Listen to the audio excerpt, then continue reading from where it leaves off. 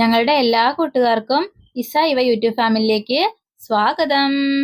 ഇന്ന് ഞാൻ വന്നിരിക്കുന്നത് ഒരു അടിപൊളി തോരനുമായിട്ടാണ്. അപ്പോൾ അതിന് വേണ്ട സാധനം നമ്മുടെ ബീൻസും ക്യാരറ്റുമാണ്. അപ്പോൾ ഇതുപോലെ നല്ല വൃത്തിയിൽ ആദ്യം തന്നെ നമ്മൾ ബീൻസും ക്യാരറ്റും ഉപ്പുവെള്ളത്തിലേക്ക് ഇട്ട് നന്നായിട്ട് കഴുകിയതിന് ശേഷം കുനുകുനാന്ന് അരിഞ്ഞെടുക്കുക. അതുപോലെ അരിഞ്ഞെടുത്തിരിക്കുന്നതാണിതിപ്പോൾ.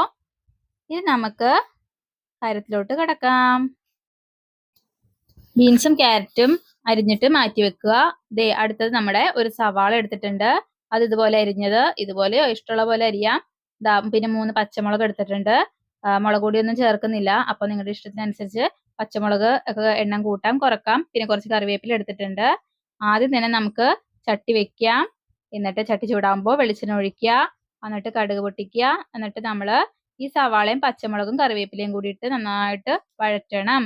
വെളുത്തുള്ളി ഇടുന്നവരുണ്ട്. ഞാനിപ്പോൾ തൽക്കാലം വെളുത്തുള്ളി ഒന്നും ഇടുന്നില്ല. ഇഷ്ടമുള്ളവർക്ക് വെളുത്തുള്ളിയൊക്കെ ഇട്ട് കൊടുക്കാവുന്നതാണ്. എന്നിട്ട് നമുക്കൊന്ന് കുറച്ച് ഉപ്പും കൂടി ഇട്ടിട്ട് ഒന്ന് വഴറ്റിയെടുക്കാം. ഒന്ന് ജസ്റ്റ് ഒന്ന് വാടിയാൽ മതി.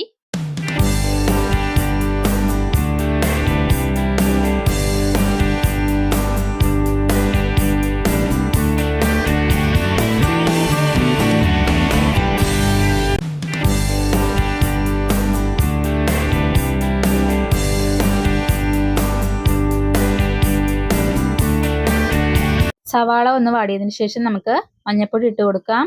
അതിനുശേഷം നന്നായിട്ടൊന്ന് അതിൻ്റെ പച്ചമണമൊക്കെ പോകുന്നത് വരെ ഒന്ന് വഴറ്റി കൊടുക്കാം. അത് കഴിയുമ്പോൾ നമുക്ക് നമ്മൾ അരിഞ്ഞ് വെച്ചിരിക്കുന്ന ബീൻസും ക്യാരറ്റും അതിട്ട് കൊടുക്കാം.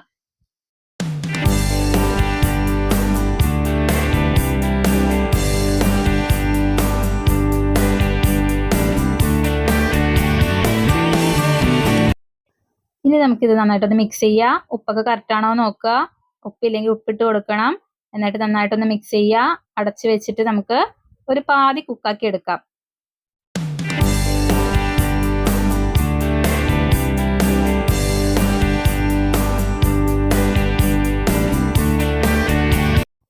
കുറച്ചു നേരമായി, നമുക്ക് തുറന്ന് നോക്കാം. ഇപ്പൊ പാതി വെന്തിട്ടുണ്ടാവും. നമുക്ക് തുറന്ന് നോക്കാം.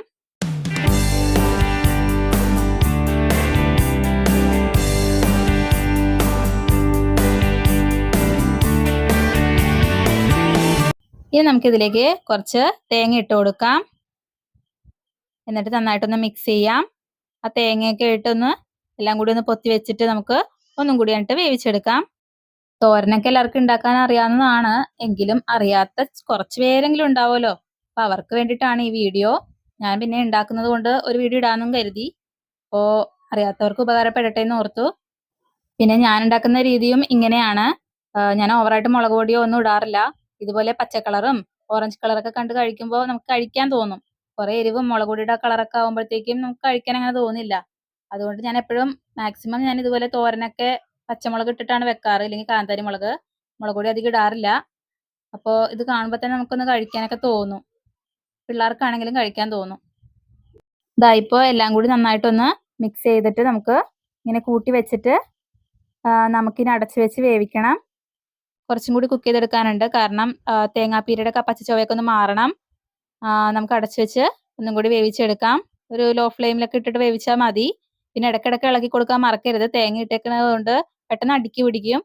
പെട്ടെന്ന് തേങ്ങയൊക്കെ കരിഞ്ഞു പോവും. അതുകൊണ്ട് ഇടയ്ക്കിടയ്ക്ക് ഇളക്കി കൊടുക്കണം.